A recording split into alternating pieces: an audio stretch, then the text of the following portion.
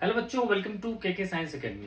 बच्चों, आज हम लोग चैप्टर का जो फर्स्ट चैप्टर है फिजिक्स का आपका, उसका थर्ड पार्ट जो है इलेक्ट्रिक फ्लक्स और उसके एप्लीकेशंस, तो उस टॉपिक को बच्चों डिस्कस करेंगे। जिन बच्चों ने फर्स्ट पार्ट और सेकंड पार्ट नहीं देखा है, आप उस वीडियो को जाके जरूर देख लेना। उसमें मैंने डिटेल्स में जितने भी डेरिवेशंस हैं और रिलेटेड न्यूमेरिकल वो सारा कुछ करवाया है। तो बच्चों आज अभी स्टार्ट करते हैं बिना टाइम गंवाए हुए। तो देखो बच्चों, सबसे पहले क्या होता है, इलेक्ट्रिक फ्लक्स होता क्या है। ठीक है, तो देखो बच्चों, होता क्या है कि इलेक्ट्रिक फील्ड लाइंस ऐसे जा रही होती। ठीक है, तो जब भी कोई सरफेस अगर ऐसे होगा तो उस इलेक्ट्रिक फील्ड लाइंस को इंटरसेप्ट कर लेगा, लेकिन अगर सरफेस ऐसे होगा तो वो उसको इंटरसेप्ट नहीं कर पाएगा। तो बेसिकली क्या होता है कि इलेक्ट्रिक फ्लक्स होता है कि number of electric field lines intercepted bye given surface. किसी सरफेस के कारण कितना इलेक्ट्रिक फील्ड लाइंस इंटरसेप्ट होता है, वही कहलाता है उसका इलेक्ट्रिक फ्लक्स। ठीक है बच्चों, और डेफिनेशन बच्चों बुक में भी दे रखा है, तो मैंने यहां पर पहले से लिख दिया है ताकि टाइम बच सके। तो बच्चों पॉज करके आप लोग इसको लिख लो और मैं इसके आगे बढ़ता हूं। देखो बच्चों, होता क्या है कि इलेक्ट्रिक फ्लक्स को हम लोग फाई से डिनोट करते हैं। इसका फॉर्मूला होता है E इंटू ए इंटू कॉस थीटा। ठीक है, अब इसका क्या मतलब, जैसे कि मान लो हमने एक सरफेस लिया। ठीक है, देखो इस सरफेस में जो एरिया होगा, यहां पर थीटा क्या होता है, लिखोगे theta is the angle between E vector and A vector. ठीक है बच्चों, तो देखो एरिया की डायरेक्शन क्या होती है, ये जैसे कि मान लो बेटा ये बोर्ड है, तो बोर्ड का अगर बोर्ड एक सरफेस है तो उसकी एरिया की डायरेक्शन क्या होगी, ये। ठीक है, बोर्ड का अगर ये सरफेस लेता मैं, ठीक है, तो उसकी एरिया डायरेक्शन नीचे, बोर्ड की वो कॉर्नर की लो एरिया तो वो उस डायरेक्शन में, बोर्ड के इस कॉर्नर का लो तो ऊपर डायरेक्शन। ठीक है बच्चों, तो ये होता है। तो अगर इलेक्ट्रिक फील्ड इसके साथ अगर मान लो जो भी एंगल बनाएगी, है ना, वो होगा ये एंगल थीटा। ठीक है, अब एक छोटा सा एग्जांपल लेता हूं बच्चों मैं, कि मान लो एक हमारे पास जो है रेक्टेंगुलर लूप दे रखा है। ये दे रखा है मान लो 10 मीटर, ये दे रखा है मान लो 5 मीटर। ठीक है, और यहां पर इलेक्ट्रिक फील्ड जो है ना, ये इलेक्ट्रिक फील्ड दे रखा है बच्चे 10 न्यूटन पर कूलम। ठीक है, तो आप, और ये प्लेन के साथ एंगल बना रहा है 30 डिग्री। ठीक है, तो आपसे कहेगा इस सिचुएशन में calculate electric flux, calculate electric flux. ठीक है बच्चों, तो कैसे कर सकते हो आप लोग, तो सिंपल सी बात है बच्चों। आप क्या कहोगे कि सबसे पहले तो हम लोग लिखेंगे कि इसके आंसर में लिखेंगे कि फाई क्या होता है हमारा, इलेक्ट्रिक फील्ड इंटू ए इंटू कॉस थीटा, है ना। तो देखो बच्चों, इलेक्ट्रिक फील्ड दे रखा है 10 न्यूटन पर कूलम। एरिया कैसे लेंगे, तो L इंटू बी, तो 10 इंटू 5।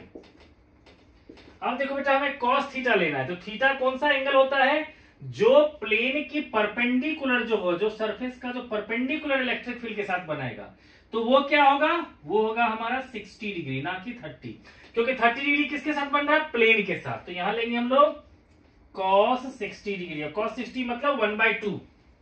ठीक है, तो ये कितना होगा 500/2, यानी कि आ जाएगा बच्चों कितना 250। ठीक है, यूनिट में आ जाएगा। ठीक है बच्चों, इसको कह सकते हो newton metre square coulomb inverse. ठीक है, तो ये आ जाएगा बच्चों इलेक्ट्रिक फ्लक्स। ये बहुत सिंपल सी बात थी बच्चों। ठीक है, लेकिन हम लोग जो बच्चों क्वेश्चन करने वाले हैं वो करने वाले हैं गॉस लॉ के साथ। ठीक है, तो देखो बच्चों, Gauss law basically electric flux को ही दूसरी तरीके से ये डिफाइन करता है। वो कहता है चार्ज के बारे में, कि किसी क्लोज्ड सरफेस में अगर कोई चार्ज है तो हम उसका इलेक्ट्रिक फ्लक्स कैसे निकालेंगे। ठीक है बच्चों, तो देखो बच्चों, ये है गॉस लॉ।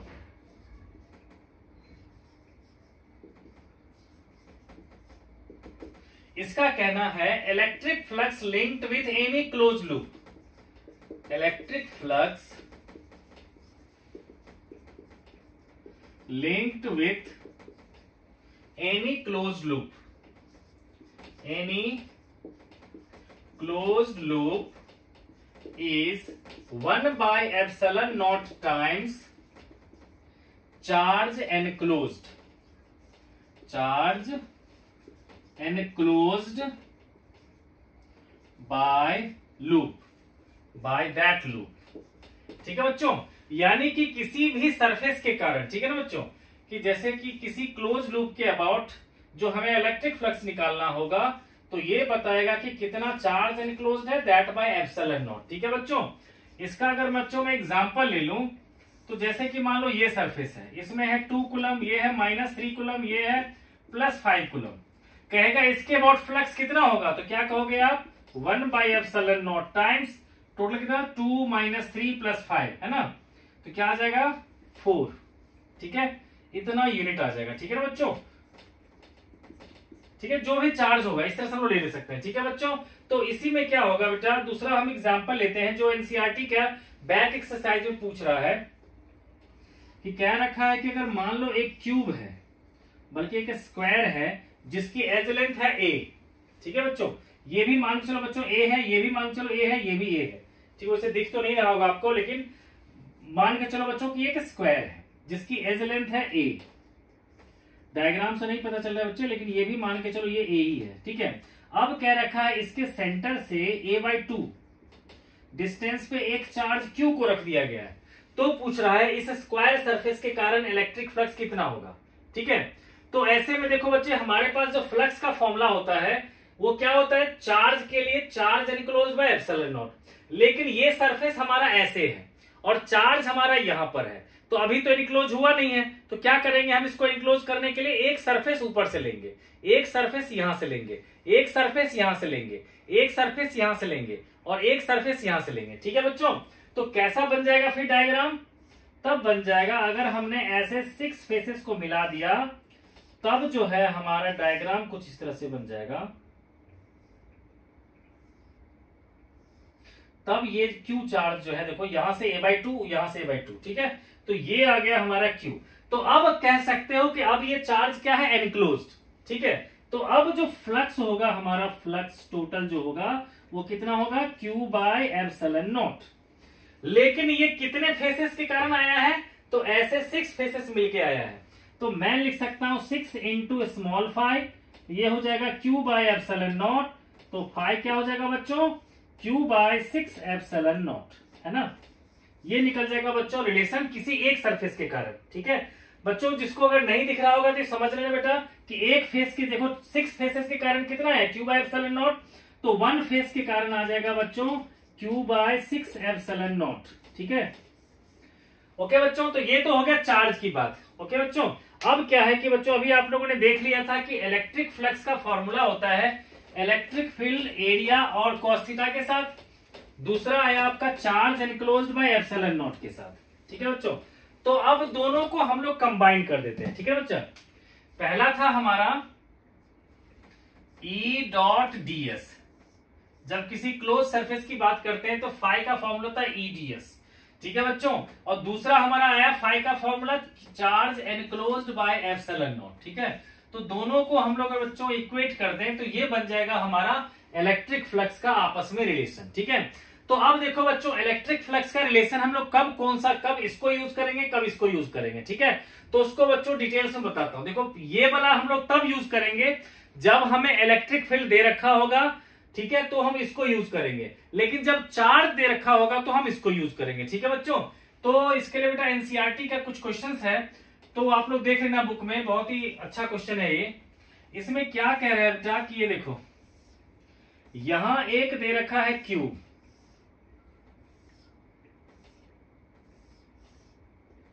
जिसमें कह रखा है कि इलेक्ट्रिक फील्ड जो इस जगह पर वेरी कर रहा है। ठीक है, यहां पर बच्चों क्या दे रखा है, EY की वैल्यू 0, EZ की वैल्यू 0, लेकिन electric field due to x axis जो है α√x। ठीक है, यानी कि इलेक्ट्रिक फील्ड सिर्फ और सिर्फ एक्स एक्सिस के लोग काम कर रहा है। ठीक है बेटा, तो अब आपसे पूछ रहा है कि अगर मान लो इस स्क्वायर के लिए एज लेंथ a दे रखा है और यहां से ऑरिजिन से इसका डिस्टेंस भी a दे रखा है, तो इस क्यूब के अबाउट टोटल इलेक्ट्रिक फ्लक्स कितना होगा। ठीक है बच्चों, तो आपको पहले बता चुका हूं कि जब भी हमें इलेक्ट्रिक फील्ड दे देगा तो हमें EDS cos थीटा वाला रिलेशन यूज करना पड़ेगा। ठीक है ना बच्चों, इसका मतलब क्या हो गया, EDS और cos थीटा, है ना।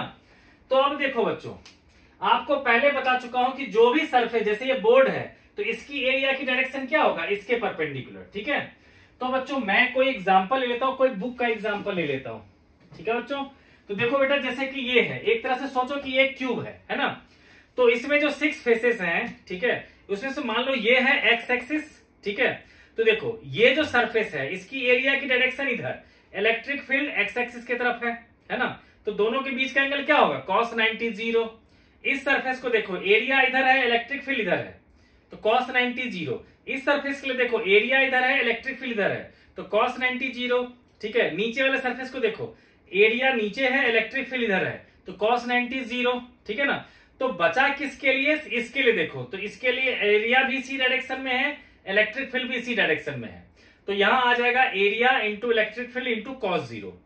और यहां पर क्या होगा बच्चों, देखो एरिया की डायरेक्शन ये और इलेक्ट्रिक फील्ड इधर, तो क्या होगा ये cos 180 डिग्री। ठीक है, तो सिर्फ 2 फेसेस के कारण आएगा फ्लक्स और बाकी 4 फेसेस के कारण क्या होगा, फ्लक्स 0। ठीक है बच्चों, तो अब देखो बेटा मान लेते हैं बेटा कि यहां पर इस जगह पर जो है इलेक्ट्रिक फील्ड है हमारा E1 और इस जगह पर इलेक्ट्रिक फील्ड है हमारा E2। अब कहोगे क्यों, क्योंकि देखो हमारा इलेक्ट्रिक फील्ड जो है वो डिस्टेंस पे डिपेंड कर रहा है। ठीक है, इसीलिए हमें अलग अलग लेना पड़ा। ठीक है बच्चों, तो मैं कहूंगा बच्चों की φ1 मतलब फर्स्ट सरफेस के कारण इलेक्ट्रिक फ्लक्स, तो आप कहोगे E1 into area into cos 180 degree, है ना।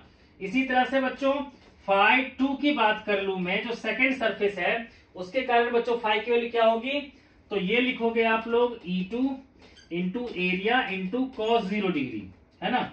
अब देखो बच्चों सब की वैल्यू पुट करते हैं, तो देखो E1 की वैल्यू क्या है, अल्फा इंटू एक्स, तो ये x डिस्टेंस कितना है, a की power 1/2 alpha into root x into area कितना हो जाएगा a स्क्वायर इंटू cos 180 क्या होगा -1। और देखो जो φ2 क्या होगा हमारा, E2 को लिखोगे, अब देखो इस पॉइंट के लिए जो इलेक्ट्रिक फील्ड है उसको E2 कहा, तो देखो ये a डिस्टेंस और ये a डिस्टेंस, मतलब यहां पर क्या होगा अल्फा इंटू 2a की पावर 1/2 इंटू एरिया के लिए a स्क्वायर इंटू cos 0 का मतलब 1। ठीक है बच्चों, तो इस तरह से हमारा क्या हो जाएगा, φ1 की वैल्यू कितनी हो जाएगी, माइनस अल्फा इंटू a की पावर 5/2 और यहां पर बेटा जी φ2 की वैल्यू आया था अल्फा इंटू देखो √2 इंटू a की पावर 5/2। ठीक है, तो ये आ गया बच्चों हमारा, और बाकी सारे फेसेस के कारण फ्लक्स क्या था 0, तो टोटल फ्लक्स जो आ जाएगा हमारा वो क्या होगा √2 - 1 इंटू अल्फा इंटू a की पावर 5/2। ठीक है बच्चों, तो जब डाटा दे रखा होगा तो आप इसको सॉल्व कर सकते हो। ठीक है बच्चों, तो ये था बच्चों जब इलेक्ट्रिक फील्ड दे रखा होगा। ठीक है, अब अगर मान लो बच्चों आपको दे रखा होगा एक सरफेस का, फिर से लेते हैं एग्जांपल जिसमें कि चार्ज की बात करते हैं। ठीक है, और उसमें एक चीज पूछा जाता है, उसको भी मैं सोचता हूं डिस्कस कर लूं, कि बच्चों कहता है कि किसी स्फेयर के अंदर में कोई चार्ज रख दिया मैंने। ठीक है, ठीक है, किसी स्फेयर के अंदर मान लो बेटा चार्ज रख दिया Q। ठीक है, तो कहता है इसकी रेडियस अगर अभी मान लो R है तो फ्लक्स है φ। ठीक है, तो ये बताओ कि अगर इसको मैंने बढ़ा करके, मान लो ये बलून था, उसको बढ़ा करके मैंने उसके रेडियस को डबल कर दिया, मतलब अब जो रेडियस हो गई है 2R हो गई है, पहले था φ1, तो अब कितना फ्लक्स होगा। ठीक है, तो आप कहोगे क्योंकि चार्ज एनक्लोज्ड सेम है, ठीक है, इसीलिए इलेक्ट्रिक फ्लक्स भी क्या होगा, सेम रहेगा। कोई बच्चा अगर ये कह सकता है कि सर ऐसा कैसे होगा, E इंटू एरिया होता है हमारा फ्लक्स। ठीक है, तो देखो बच्चों क्या होता है कि R बेशक आपका डबल हो गया है, लेकिन साथ ही साथ इस चार्ज के कारण जो इलेक्ट्रिक फील्ड होता है वो भी क्या होता है, KQ/R², है ना। उसको अगर आप 4πr² से मल्टीप्लाई कर दोगे तो भी क्या होगा, ये कांस्टेंट हो गया। ठीक है बच्चों, तो कहेगा अगर कि रेडियस को मैंने डबल कर दिया तो फ्लक्स पे क्या इफेक्ट होगा, क्या कहोगे, कोई इफेक्ट नहीं। ओके बच्चों, तो अब चलते हैं बच्चों एप्लीकेशन ऑफ गॉस लॉ। ठीक है, देखो बच्चों क्या है, अब हम लोग डिस्कस करने वाले हैं एप्लीकेशन ऑफ गॉस लॉ। ठीक है, तो इसमें आपसे पूछा जाएगा कि by using Gauss law derive relation for electric field due to, ठीक है, उसमें फर्स्ट आएगा हमारा infinitely long charged wire, infinitely long, ठीक है बच्चों, ये है चार्ज्ड, CHAR, ठीक है,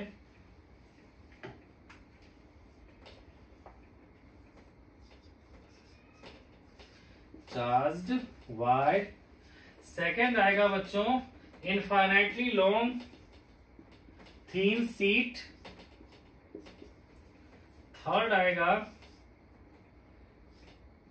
चार्ज्ड स्फेरिकल सेल, चार्ज्ड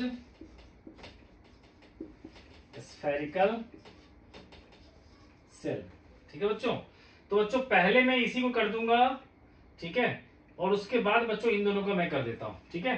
तो मैं बच्चों इकट्ठा लिखने वाला हूं मैं, ठीक है, बार बार ये चीज नहीं लिखूंगा मैं, ठीक है। तो बच्चों हम लोग स्टार्ट करते हैं। तो सबसे पहले हमें क्या करना है बच्चों, देख लो बच्चों, हमें किस किस के लिए करना है, electric field due to infinitely long charged wire, infinitely long thin sheet और इनफाइनाइटली लॉन्ग मतलब ये चार्ज्ड स्फेरिकल सेल, ठीक है।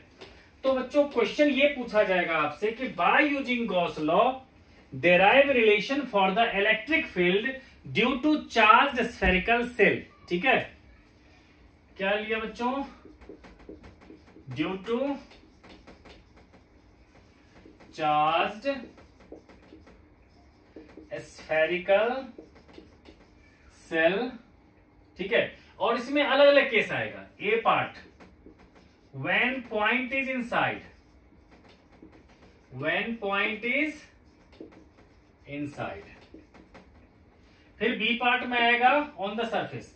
तो देखो बच्चों क्या है कि ये मान लो हमारा चार्ज स्फेरिकल सेल है जिसके सरफेस पे चार्ज Q जो है वह यूनिफॉर्मली डिस्ट्रीब्यूटेड है, ठीक है, सिर्फ और सिर्फ सरफेस पे। देखो बच्चों सेल का मतलब जानते ही होंगे आप लोग कि अंदर में कोई भी मैटर नहीं होता, ठीक है, ये बिल्कुल खाली होता है। ये एक्चुअल मान लो इसका रेडियस कैपिटल R है, ठीक है, और मुझे कह रखा इसके अंदर में किसी पॉइंट पे आप इलेक्ट्रिक फील्ड को फाइंड करके बताओ। तो मान लेते हैं बेटा ये पॉइंट यहां है। तो जब भी हम लोग इलेक्ट्रिक फील्ड निकालते हैं तो उसके लिए जो गॉसियन सरफेस लेते हैं उसमें हम लोग क्या करते हैं, सिमेट्रिकली लेते हैं पॉइंट को, ठीक है। ये पॉइंट इधर भी हो सकता था, इधर भी हो सकता था, इधर भी हो सकता था, इसलिए सिमेट्रिकली हमने ये पॉइंट ले लिया, ठीक है बच्चों। तो मान लो बेटा ये पॉइंट है हमारा P, ठीक है, जहां पर हमें इलेक्ट्रिक फील्ड फाइंड करना है। तो आप रिलेशन लगाओगे कि E dot ds equal to charge enclosed by epsilon naught, है ना बच्चों। और क्या है बच्चों कि ये जो चार्ज स्फेरिकल सेल है उसके अंदर में कोई भी मैटर नहीं है, तो ये चार्ज रहेगा कहां, तो इसलिए अंदर में क्या होगा, चार्ज हो जाएगा जीरो। कहोगे सिंस चार्ज एनक्लोज्ड है जीरो, इसलिए क्या होगा E ds cos जीरो हो जाएगा हमारा जीरो, इसलिए इलेक्ट्रिक फील्ड क्या हो जाएगा बच्चों, जीरो। यानी किसी चार्ज स्फेरिकल सेल के लिए इलेक्ट्रिक फील्ड इनसाइड में क्या होगा, जीरो।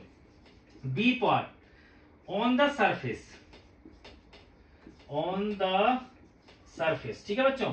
तो अब कह रखा है वो जो चार्ज स्फेरिकल सेल है ना, जिसके पूरे सरफेस पे चार्ज जो है वो चार्ज मान लेते हैं बेटा कि चार्ज जो है हमारा वो है Q। ये Q चार्ज जो है उसके पूरे के पूरे सरफेस पे यूनिफॉर्मली डिस्ट्रीब्यूटेड है।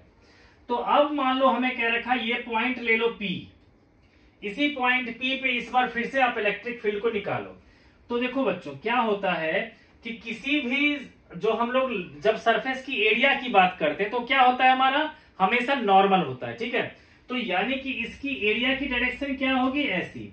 और किसी पॉइंट अगर मान लो ये चार्ज है तो चार्ज के कारण इलेक्ट्रिक फील्ड की डायरेक्शन भी क्या होगी, यही होगी। तो यहां पर देखो बच्चों मैंने क्या लेट कर लिया है कि ये जो चार्ज पूरे स्फेरिकल सरफेस पे है वो है स्मॉल q और इसकी रेडियस है कैपिटल R। तो क्या लिखोगे बच्चों, E ds cos 0 degree equals to charge enclosed by epsilon naught, ठीक है बच्चों। तो नेक्स्ट स्टेप में क्या करूंगा मैं, E को बाहर कर लिया, ds। अब देखो कितना चार्ज एनक्लोज्ड है, तो पूरा का पूरा सरफेस पे Q चार्ज है, तो Q बाय एप्सिलॉन नॉट। और देखो इसका सरफेस जो है, इसकी सरफेस एरिया क्या होता है 4 पाई आर स्क्वायर। तो E into 4 pi r square equals to Q by epsilon naught. ठीक है बच्चों। तो इससे क्या आ जाएगा बच्चों, मैं इसको लास्ट यहां लिख देता हूं बच्चों, कि इलेक्ट्रिक फील्ड आ जाएगा हमारा Q by 4 pi epsilon naught r square, जो क्या आ गया कांस्टेंट। ये क्या आ गया बच्चों, क्योंकि Q भी कांस्टेंट, कैपिटल R भी कांस्टेंट। ठीक है। तो देखो बच्चे, स्फेरिकल सेल के अंदर में इलेक्ट्रिक फील्ड क्या होगा 0, ऑन द सरफेस पे क्या होगा कांस्टेंट। ठीक है।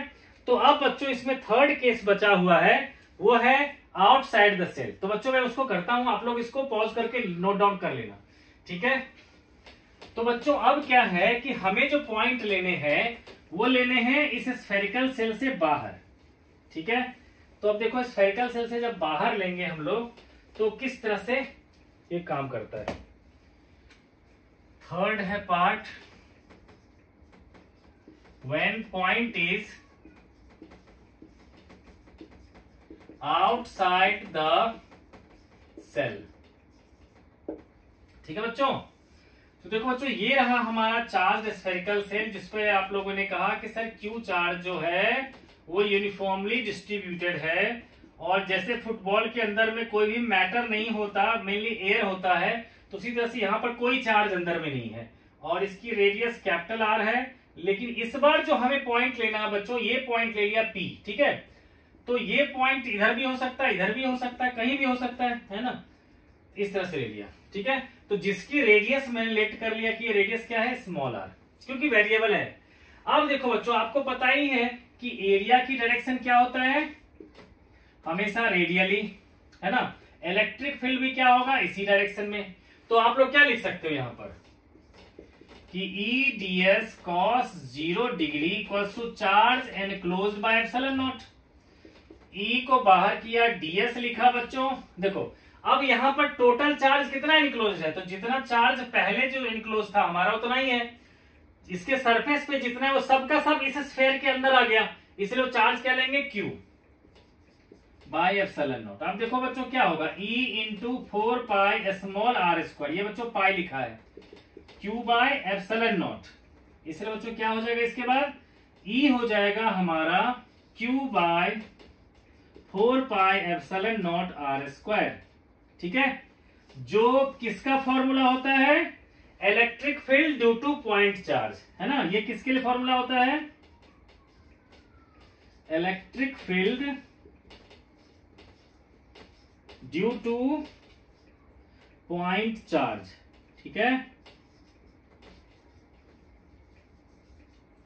यानी कि अगर वो पॉइंट इस स्फेरिकल सेल के बाहर चला गया, तो ये स्फेरिकल सेल को हम लोग एक पॉइंट चार्ज कंसीडर कर सकते हैं। ठीक है। तो बच्चों अगर मान लो इसके लिए ग्राफ अगर आपको कहेगा ड्रॉ करो, तो ग्राफ में कैसे ले सकते हो, तो आप लोग कह सकते हो कि सर देखो इलेक्ट्रिक फील्ड जो है हमारा वो स्मॉल आर के साथ देखोगे। ठीक है। तो क्या होता है, जब तक हमारा स्मॉल ई की वैल्यू कैपिटल आर के इक्वल नहीं हुआ, तब तक इलेक्ट्रिक फील्ड क्या था हमारा 0, और जैसे कैपिटल आर के इक्वल हो गया तो मैक्सिमम हो गया, और उसके बाद क्या हो गया, वो inversely proportional to r square, है ना बच्चों। तो इस तरह से जो क्या होगा, इलेक्ट्रिक फील्ड का वेरिएशन स्मॉल आर के साथ होगा। ठीक है। किसी चार्ज स्फेरिकल सेल के लिए। ठीक है बच्चों। अब बच्चों सेकेंड एप्लीकेशन जो है इसको मैं बताता हूं, जो है हमारा electric field due to infinitely long charged wire. ठीक है बच्चों। तो देखो बच्चों, मैं डेरिवेशन भी करवा रहा हूं, न्यूमेरिकल्स भी करवा रहा हूं। ठीक है। तो बच्चों फिर भी कुछ भी अगर रह जाता है कमी, ठीक है, जो मेरे से मिस हो गया हो या फिर आपको जानना हो, तो बच्चों कमेंट बॉक्स में आप लोग जरूर लिखना। ठीक है। तो मैं उसको जरूर बताऊंगा। ठीक है बच्चों। अब है second, electric field due to infinitely long charge, due to infinitely long charged wire. ठीक है। हमें कह रहा है इनफाइनाइटली लॉन्ग चार्ज वायर के कारण आप जो है इलेक्ट्रिक फील्ड फाइंड करो। ठीक है बच्चों, तो देखो बच्चों, मान लिया मैंने कि ये है इनफाइनाइटली लॉन्ग चार्ज वायर, जिसमें क्या है, पूरे के पूरे वायर पे जो है वो चार्ज यूनिफॉर्मली डिस्ट्रीब्यूटेड है। ठीक है, तो क्योंकि हम लोग इनफाइनाइट लॉन्ग का तो कुछ ले नहीं सकते, है ना, तो क्या करते हैं, इस स्फेरिकल जो वायर है हमारा, इसे आर डिस्टेंस पे, है ना, लेफ्ट में आर डिस्टेंस, राइट में आर डिस्टेंस अंदर, क्या होगा बच्चों, हमें लेना पड़ेगा एक सरफेस जिसमें ये सब का सब एनक्लोज्ड हो सके।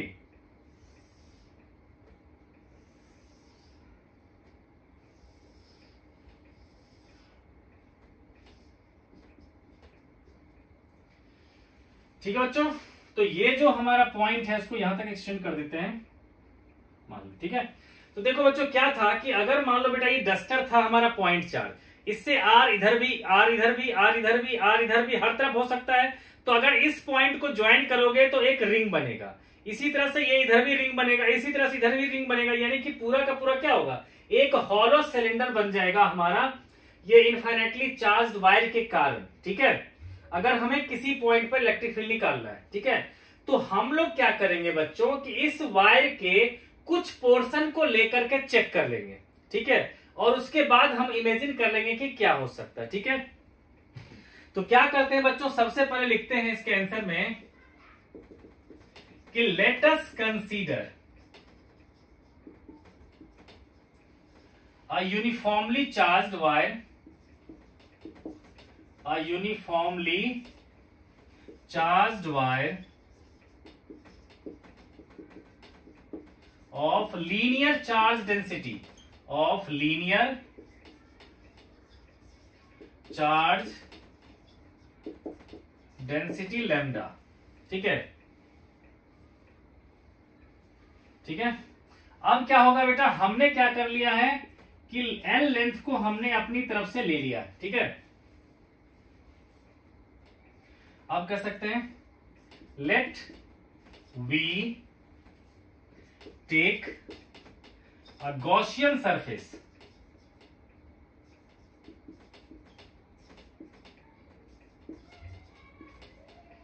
across this wire,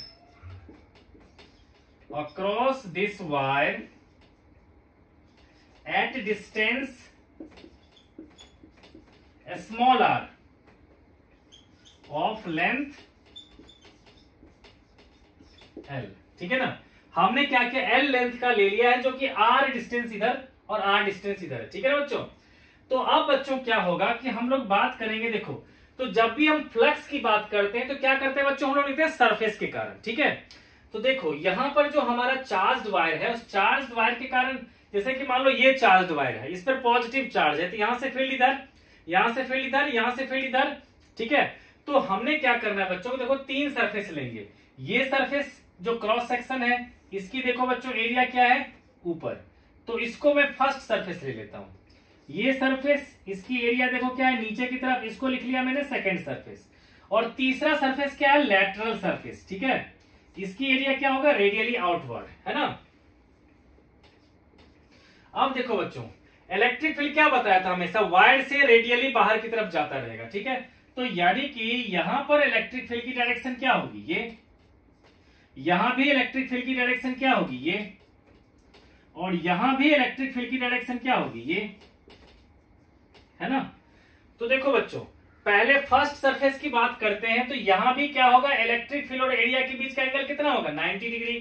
second surface लेंगे, उसके कारण भी इलेक्ट्रिक फ्लक्स क्या होगा, cos 90 0, है ना। तो लिखूंगा मैं phi total equals to phi 1 plus phi 2 plus phi 3। अब लिखेंगे since phi 1 equals to phi 2 equals to क्या होगा बच्चों, तो e d s cos 90 degree यानी कि 0। ठीक है, ओके बच्चों।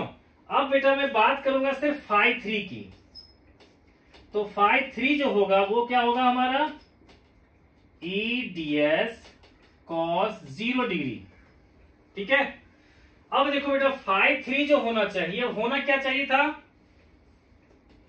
इसको लिखूंगा मैं ई इंटू 2πr_l, ये रह जाएगा हमारा, ठीक है ना। ये हो गया बेटा फाई 3, इसको लिख लिया बेटा सेकंड और इसको लिख लिया मैंने फर्स्ट, ठीक है। तो अब मैं क्या कर रहा हूं बच्चों, मुझे स्पेस की कमी लग रही है तो मैं इसको रब कर देता हूं, ठीक है। तो आप लोग बच्चों पॉज करके इसको नोट डाउन कर लेना, ठीक है।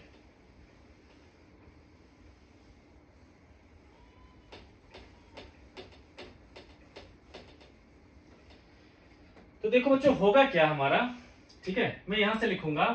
तो फाई टोटल हो जाएगा 0 प्लस 0 प्लस क्या आ जाएगा बच्चों, तो E इंटू 2πr_l, यानी कि सिर्फ आ गया E इंटू 2πr_l, ये आ गया हमारा फाई टोटल, है ना बच्चों।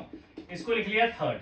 अब कहोगे बट फाई टोटल को क्या होना चाहिए, charge enclosed by epsilon naught, है ना।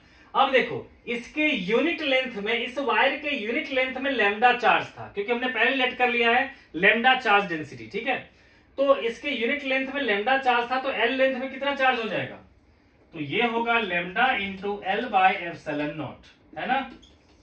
तो बच्चों थर्ड और फोर्थ से, फ्रॉम 3 एंड 4 क्या होगा बच्चों, हम इन दोनों को इक्वेट कर देंगे, ठीक है। तो क्या आ जाएगा, E इंटू 2πr_l equals to lambda l by epsilon naught, ठीक है बच्चों। तो मुझे बेटा फिर से इसको रब करना पड़ेगा।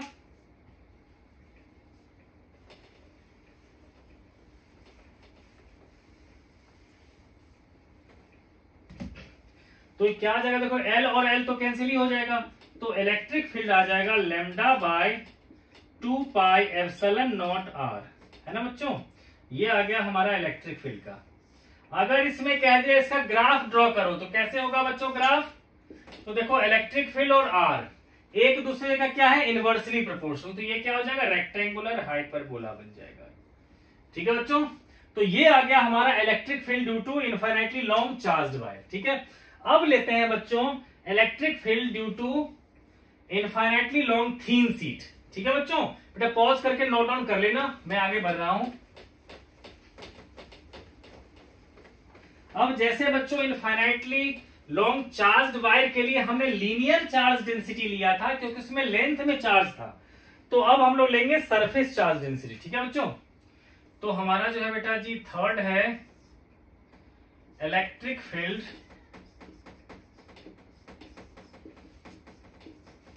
ड्यू टू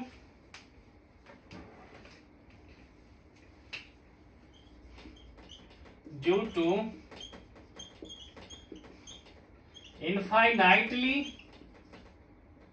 long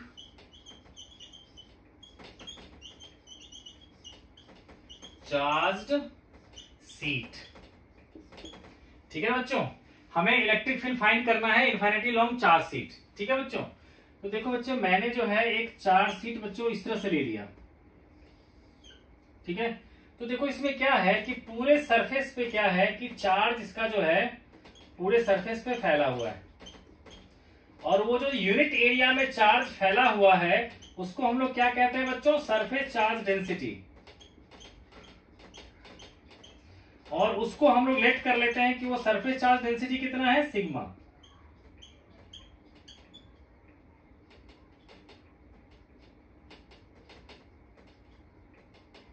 ठीक है। तो देखो ये है, इसमें दे रखा है बच्चों सिग्मा, दे रखा है इसका सरफेस चार्ज डेंसिटी, मतलब इसके यूनिट एरिया में जो है वो क्या है कि सिग्मा चार्ज है, ठीक है। तो देखो बच्चों बिल्कुल एक जो है सीट की तरह है ये, ठीक है, एक बहुत ही पतला सीट है बच्चों, ठीक है। तो उस जो फाइन सीट है उसके कारण क्या होगा, अगर मान लो बेटा यहां पर चार्ज रख देंगे तो उस चार्ज के कारण इलेक्ट्रिक फील्ड इधर भी होगी और चार्ज के कारण इलेक्ट्रिक फील्ड इधर भी होगी। तो हमें कह रखा है कि इससे इधर और इधर हमें फाइंड करना है इलेक्ट्रिक फील्ड। तो आपको पता ही है कि जब भी हम लोग लेंगे इसमें तो लीनियर तो लेंगे नहीं, तो हम सरफेस लेंगे, ठीक है। तो हमें इस पॉइंट को बच्चों इनक्लोज करते हुए एक सरफेस लेना पड़ेगा, और उस सरफेस में, ठीक है, ये थोड़ा सा टेढ़ा हो गया बच्चों बट आप लोग समझ लो इसको, ठीक है, ठीक है। तो देखो बच्चों, मान लिया कि ये जो है एरिया मैंने ले लिया, डीएस एरिया ले लिया, ठीक है। इस डीएस एरिया में जितने चार्ज है उसके कारण इलेक्ट्रिक फील्ड इस डायरेक्शन में, ये जो क्रॉस सेक्शन बना बच्चों उसके कारण इलेक्ट्रिक फील्ड इस डायरेक्शन में। अब देखो यहां भी देखो इलेक्ट्रिक फील्ड इस डायरेक्शन में है ना, और एरिया ऑफ क्रॉस सेक्शन इसी डायरेक्शन में। लेकिन देखो ये जो लैटरल सरफेस है उसकी एरिया की डायरेक्शन क्या होगी, उधर ऊपर की तरफ, और इलेक्ट्रिक फील्ड क्या होगा, नीचे की तरफ, है ना बच्चों। तो हमें फाइंड करना है बच्चों कि इसी पॉइंट पर इलेक्ट्रिक फील्ड की वैल्यू, ठीक है। तो सबसे पहले लेट करेंगे, ठीक, क्या लिखेंगे, let us consider N infinitely large thin sheet of surface charge density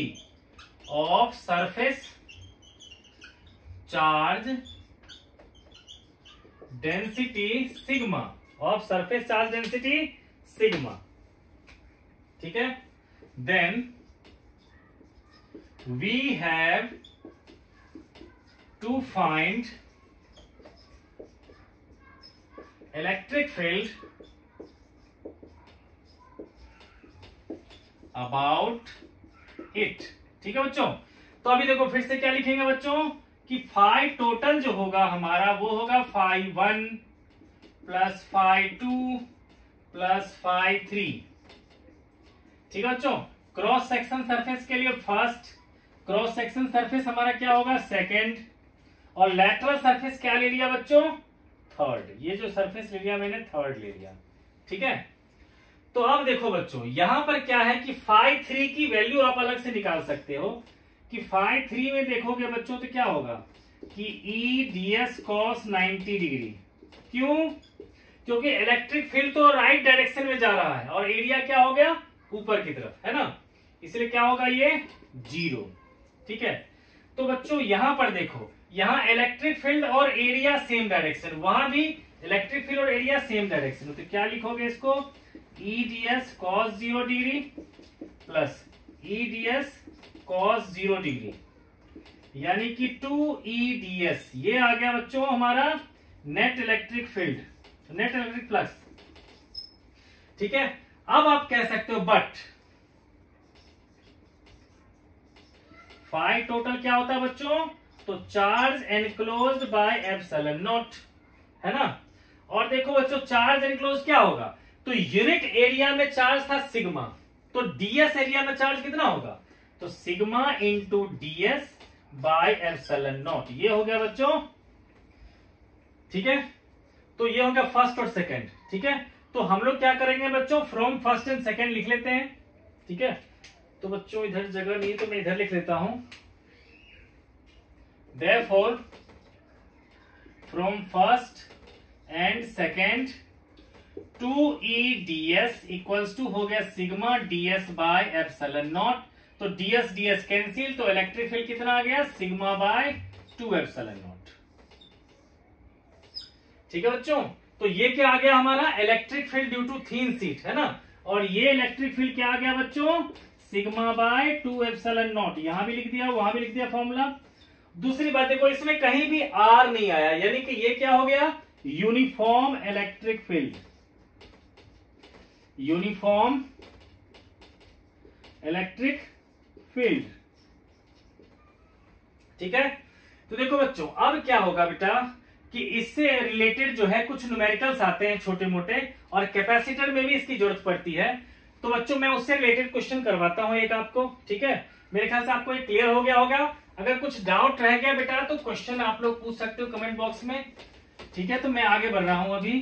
देखो बच्चों इसी में क्या करेगा कि जैसे कि 2-2 सीट आपको दे देगा एक साथ, ठीक है। अभी मैंने सिंगल सीट दिया, उसके लिए डेरिवेशन था। अब हम लोग कुछ इससे रिलेटेड जो है कुछ क्वेश्चंस करेंगे, ठीक है। तो मान लो बच्चों आपको दे दिया कि एक ये इनफाइनाइटली लॉन्ग थीन सीट है और ये भी जो है थीन सीट है, इस पे चार्ज है सिग्मा 1, इस पे चार्ज है सिग्मा 2। ये बच्चों आपको वायर दिख रहा है, लेकिन एक्चुअली ये क्या है, सीट है जो इनफाइनाइटली लॉन्ग है, ठीक है। अब मान लो पॉइंट है फर्स्ट, सेकेंड और थर्ड। आपसे पूछेगा इन तीनों जगहों पर इलेक्ट्रिक फील्ड क्या होगी, ठीक है। तो देखो बच्चों, अगर सीट हमारा यहां पर है ना, तो चार्ज जो है यहां पर, उस चार्ज के कारण इस पॉइंट पे इलेक्ट्रिक फील्ड की डायरेक्शन क्या होगी, लेफ्ट डायरेक्शन में, और इस डायरेक्शन में इलेक्ट्रिक फील्ड क्या होगी, राइट डायरेक्शन में। ठीक है, तो मान लो बच्चों इसको मैंने प्लस आई लिख लिया, तो ये क्या होगा, माइनस आई, है ना। तो यही चीज समझना है कि राइट डायरेक्शन में जो हमारा इलेक्ट्रिक फील्ड होगा, जैसे इसके राइट में हमेशा क्या होगा, चाहे यहां लो, यहां लो, यहां लो, कहीं भी लो, तो वो आ जाएगा प्लस सिग्मा 1/2 एप्सिलॉन नॉट। इसके कारण राइट में कहीं भी चले जाओ, ठीक है, लेकिन इसके लेफ्ट में जाओगे तो हमेशा क्या होगा, माइनस सिग्मा 1/2 एप्सिलॉन। किसी के भी लेफ्ट में जाओगे तो उसका साइन क्या होगा, चेंज हो जाएगा। अब देखो बच्चा, ये सिग्मा 2 है, इसके भी लेफ्ट में जाएंगे तो क्या होगा, माइनस सिग्मा 2/2 एप्सिलॉन नॉट, और राइट में जाएंगे तो क्या होगा, प्लस सिग्मा 2/2 एप्सिलॉन नॉट। ठीक है, और लेफ्ट में जाएंगे तो क्या होगा, माइनस सिग्मा 2/2 एप्सिलॉन नॉट, है ना बच्चों। तो इस तरह से बच्चों एक हो गया। अगर इसी में बच्चों अगर सेकंड पार्ट दे देता आपको कुछ इस तरह से, जो पैरेलल प्लेट कैपेसिटर का केस आता है, कि इसमें दे रखा होता सिग्मा, यहां दे रखा होता माइनस सिग्मा, तो आप लोग बताओ बच्चों, इसके राइट में क्या होगा, यहां पर सिग्मा/2 एप्सिलॉन नॉट, और यहां भी क्या होगा, सिग्मा/2 एप्सिलॉन नॉट। इसके कारण कहीं भी चला जाएगा तो ये पॉजिटिव ही रहेगा, लेकिन इसके कारण लेफ्ट में क्या होगा, माइनस सिग्मा/2 एप्सिलॉन नॉट। अब देखो ये जो है, इसके राइट साइड में क्या होगा, जैसा है वैसा ही रहेगा, तो माइनस सिग्मा/2 एप्सिलॉन नॉट, लेकिन लेफ्ट में ले लेंगे तो क्या होगा, अपोजिट हो जाएगा साइन, तो minus of minus sigma epsilon naught. यहां भी क्या होगा हमारा, minus of minus sigma epsilon naught. तो अल्टीमेटली क्या हो जाएगा बच्चों, कि माइनस सिग्मा/2 एप्सिलॉन नॉट और प्लस सिग्मा/2 एप्सिलॉन नॉट, यानी कि 0 इलेक्ट्रिक फील्ड। और यहां क्या हो जाएगा, sigma epsilon naught plus sigma epsilon naught, यानी कि सिग्मा/एप्सिलॉन नॉट। यहां इलेक्ट्रिक फील्ड होगा और यहां पर भी इलेक्ट्रिक फील्ड क्या होगा, 0। ठीक है बच्चों, तो इस तरह से बच्चों यही केस होता है हमारा कैपेसिटर का। वहां पर मैं बताऊंगा जो नेक्स्ट चैप्टर है हमारा, ठीक है, उसमें इलेक्ट्रिक फील्ड जो आता है कैपेसिटर में, वो आता है सिग्मा/एप्सिलॉन नॉट। ठीक है बच्चों, कुछ भी कंफ्यूजन हो बच्चों तो कमेंट बॉक्स में पूछ सकते हो। अब बच्चों इससे रिलेटेड एनसीईआरटी का एक क्वेश्चन है, उसको करवा करके मैं चैप्टर आज खत्म करूंगा। ठीक है बच्चों, तो देखो बच्चों, लास्ट जो इसका सॉल्व एग्जाम्पल है एनसीईआरटी का, उसमें क्वेश्चन है बच्चों, क्वेश्चन कुछ इस तरह से है बच्चों, देखो कि कह रखा है कोई अर्ली मॉडल ऑफ एटम दे रखा है। ठीक है, अर्ली मॉडल ऑफ एटम दे रखा है जिसमें कि पूरा का पूरा चार्ज जो पॉजिटिव है वो उसके न्यूक्लियस में सेंटर पे पड़ा हुआ है, लेकिन जो -Ze चार्ज है, ये -Ze चार्ज उसके पूरे वॉल्यूम में जो है वो यूनिफॉर्मली डिस्ट्रीब्यूटेड है। ठीक है, यानी कि -Ze charge is distributed all over its volume. ठीक है बच्चों, मान लेते हैं सेंटर से r डिस्टेंस पे आपसे पूछ, जो है इसका एक्चुअल रेडियस है मान लो। ठीक है, तो आपसे पूछ रहा है कि इसी अर्ली मॉडल ऑफ एटम के लिए इलेक्ट्रिक फील्ड एक बार फाइंड करो जब पॉइंट इनसाइड हो, एक बार निकालो जब पॉइंट आउटसाइड हो। ठीक है, तो फर्स्ट केस लेते हैं बेटा कि when point is inside, when point is inside. ठीक है, तो मान लेते हैं कि ये पॉइंट जो है अंदर की तरफ है, तो मान लेते हैं ये ले लिया मैंने r रेडियस का। तो अब देखो बच्चों, इस r रेडियस वाले स्फेयर ने कितना चार्ज इनक्लोज किया होगा, सबसे पहले हमें वही निकालना पड़ेगा। तो कहोगे ये पॉजिटिव चार्ज तो सारा ले लिया, लेकिन नेगेटिव चार्ज में उसने r रेडियस वाले स्फेयर से जितना एनक्लोज हो रखा होगा वही सिर्फ आया होगा, है ना। यानी कि हमें नेगेटिव चार्ज पहले कैलकुलेट करना पड़ेगा। ठीक है बच्चों, तो देखो हम लोग लिख सकते हैं कि since 4/3 pi r cube has negative charge equals to -Ze। ठीक है बच्चों, नेगेटिव चार्ज आप लोग वर्ड में लिख लेना, 4/3 pi r cube has negative charge equals to इतना, देयरफॉर यूनिट वॉल्यूम में चार्ज कितना हो जाएगा, -Ze अपॉन में 4/3 पाई r का क्यूब। इसलिए हमारा जो रिक्वायर्ड वॉल्यूम है 4/3 pi small r cube,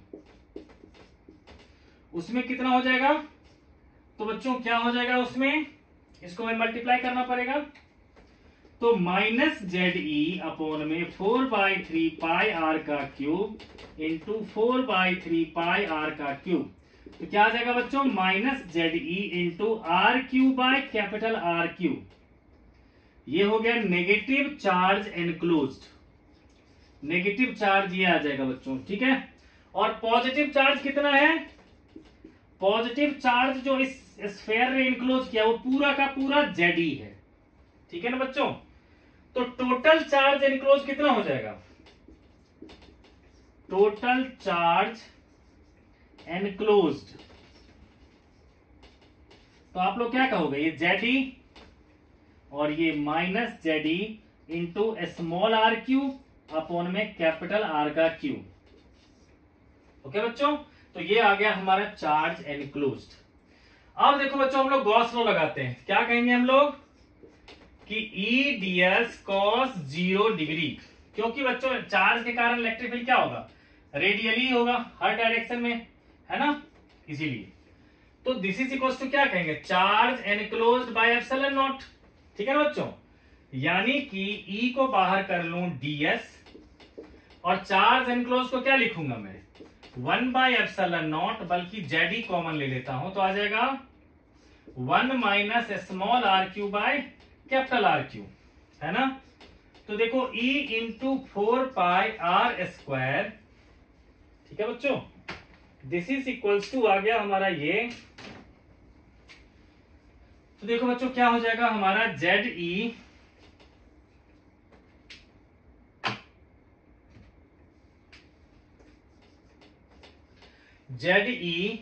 bye epsilon naught, ठीक है ना बच्चों। और ये बचा हमारा 1 minus small r cube by capital r का क्यूब। अब इस 4πr² को अंदर ले जाएंगे, तो बच्चों 4π को मैं यहां रख दूंगा और r² को अंदर ले जाऊंगा, तो इलेक्ट्रिक फील्ड क्या आ जाएगा, जेड ई बाय 4πε0 और 1/r²। अब यहां देखो आर क्यूब है, अपोन में r² कर दूंगा तो सिंगल बचेगा r, तो माइनस r/r³, ठीक है ना बच्चों। तो ये आ गया बच्चों जब पॉइंट हमारा अंदर था तो उसके कारण इलेक्ट्रिक फील्ड, ठीक है बच्चों। अब अगर मान लो बच्चों, मेरे ख्याल से आप लोग को ये क्लियर हो गया होगा, ठीक है बच्चों। कोई भी कंफ्यूजन हो बच्चों तो कमेंट बॉक्स में बोलना, मैं दोबारा कर दूंगा। अब अगर मान लो बच्चों आपसे पूछता कि यहां अगर पॉइंट है तब बताओ चार्ज एनक्लोज कितना होगा, तो आपको पता है बेटा कि जेड ई है न्यूक्लियस पे चार्ज और माइनस जेड ई इतने वॉल्यूम में है, तो टोटल चार्ज एनक्लोज कितना हो जाएगा, 0। इसीलिए आउटसाइड में इलेक्ट्रिक फील्ड क्या हो जाएगा, 0, ठीक है।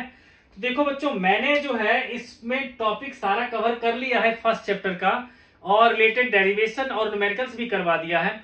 फिर भी बच्चों अगर कोई डाउट रह जाए, कुछ भी आपको कहना है कि सर स्लो हो जाओ फास्ट हो जाओ, जैसे भी चाहते हो आप लोग उसी तरह से पढ़ाऊंगा। बस आप लोग कमेंट बॉक्स में मुझे बताना कि आपको किस तरह से मेरा सपोर्ट चाहिए, ठीक है बच्चों। अगर आप लोग कहोगे तो बच्चों एंट्रेंस सेक्शन के भी कुछ क्वेश्चंस में आपको हर चैप्टर से करवाता रहूंगा, ठीक है बच्चों।